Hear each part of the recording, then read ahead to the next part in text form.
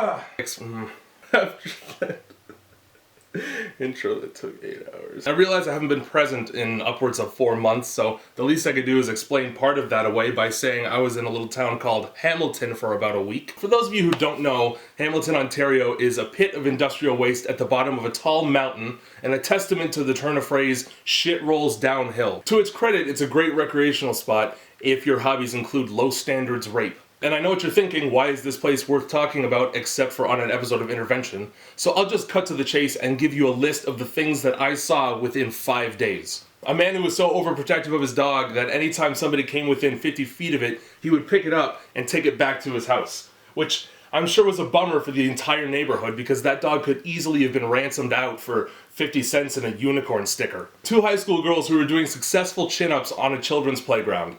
And if that doesn't seem bad, just for context, if I do 1 chin-up anywhere, I have to lie down for 3 hours and take an insulin injection. An actual Bloods gang member, and I know that sounds far-fetched, but in addition to a red shirt, shorts, shoes, and hair, he had a red bandana hanging out the right side. That's not the Crip side. Ask Snoop Dogg. He also had 2 red hats on, one forward and one back, because I guess when you spend so much time sticking your neck out of passenger side windows to do drive-by shootings, you get a little bit concerned about skin cancer.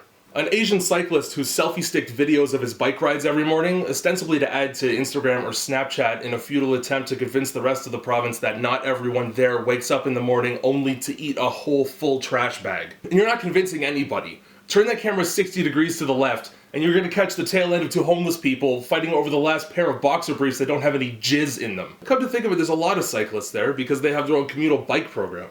Kinda like they do in Europe. Except it's not Europe, and these are all DUIs. And let's be honest, nobody chooses to bike. And 90% of the people that I saw there look like they've said out loud, why get somewhere quickly when I can get there drunk and with 80 individual cramps? One particular woman with a wicked case of meth mouth was accosting these 2 other dirty people because they weren't nearly as enthusiastic about the music she was playing as she was. Except she was listening on headphones. So here's a piece of advice.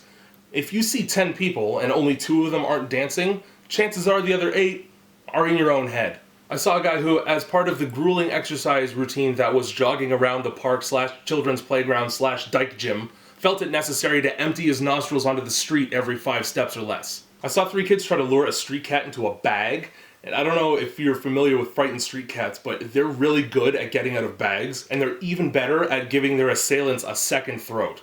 So naturally, I was at the edge of my seat. I guess what I'm trying to say is if you ever go to Hamilton, go outside because that's one benefit. The internet's not a good place to see meth users in their natural habitat. And don't let me discourage you from visiting the living, breathing sewer basin that we've hatefully named Hamilton, because it'll give you an immediate boost to your self-esteem and the motivation to sleep soundly at night. Because odds are, if you're over 18 already, it's impossible for you to sink to the level that these people already choose to exist at, even if you spent the rest of your life trying.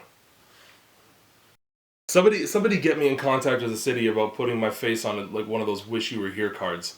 It'll just say Hamilton. It'll be a picture of a hammer in the background because that's their whole industry and it's a great weapon.